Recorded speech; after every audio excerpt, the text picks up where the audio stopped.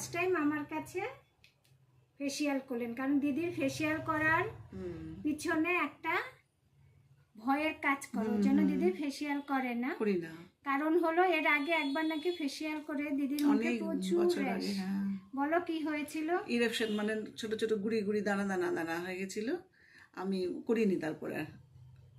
এখন আজকে আমি জোর করে হ্যাঁ রিস্ক নিয়ে আমি আজকে করলাম, কারণ একটাই যে আমি দিদিকে বলেছি আমি গ্যারান্টি নেব।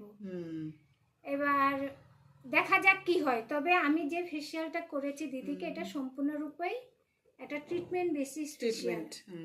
যারা একদম করতে পারে না ফেসিয়াল, তাদের জন্য এই ফেসিয়াল আমি সত্যি ফার্স্ট টাইমই করলাম বলতে গেলে।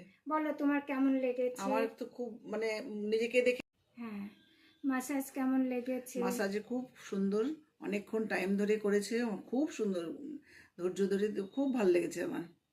আর আমি কেমন সেটা বলো। অনুপমা কেমন? অনুপমা তো অনেক দিনের পরিচয় আমার সঙ্গে, আমার খুবই ভালো লাগে। আমি ওর জন্য আমি অনেক দূর থেকে আসি ওর কাছে, দৌড়ে আসি ওর কাছেই আসি আমি। Thank you.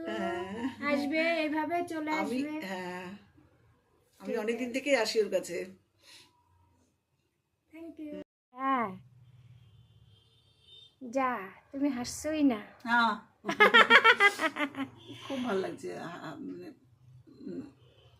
যাকে তোমরা খুশি হয়েছে এতে আমার আমি ছবি ভালো আসে না, বিচ্ছিরি হয় ছবিগুলো। ছবি দিয়ে কি হবে, তুমি এমনিই সুন্দরী। ছবিটি ভালো আসে না।